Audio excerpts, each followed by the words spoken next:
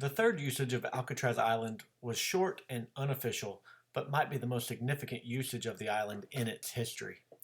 After the prison closed in 1963, the island went unused for several years.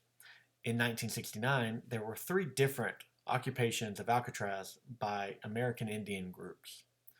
The first occupation lasted a matter of hours when 14 Native Americans landed on the island and claimed it as their territory.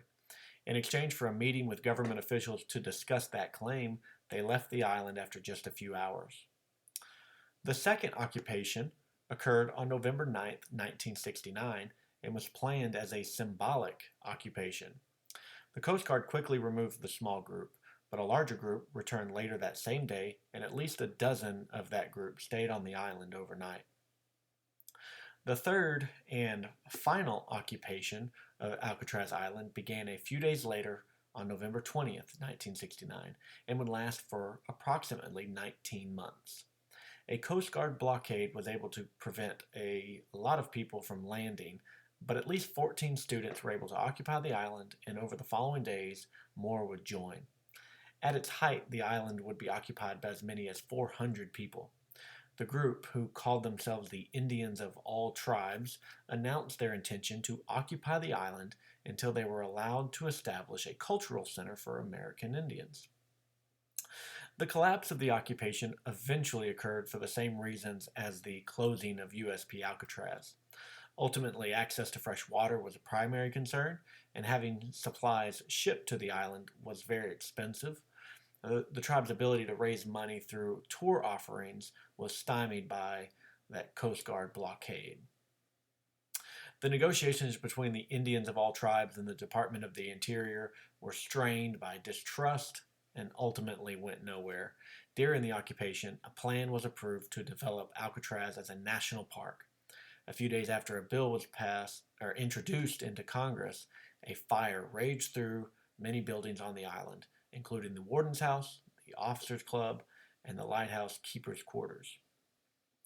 Because of the hardship, the expense, and the fact that many of the student occupiers had left the island to return to school, the number of occupiers dwindled until finally on June 11, 1971, on orders of President Richard Nixon, federal agents landed on the island and removed the remaining 15 residents, which were 10 adults and 5 children.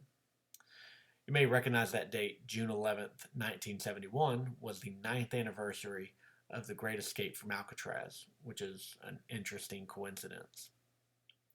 The island is still marked by this occupation time period. The water tower and the apartment building, Building 64, are still marked by spray paint. Although this is not the original sign, the original sign had spray paint on this as well. Um, the Wardens House, here's a picture of the Wardens House, the picture of the Officers Club. These are just shells of their former stuff. So fire raged through these buildings and left very little standing. You can kind of see in here where they've come in to try to support the building. Ultimately, it would have collapsed by now if they hadn't been reinforced here, but there's very little left, just the concrete shell of those two buildings. This picture shows the rubble from apartment housing or family housing.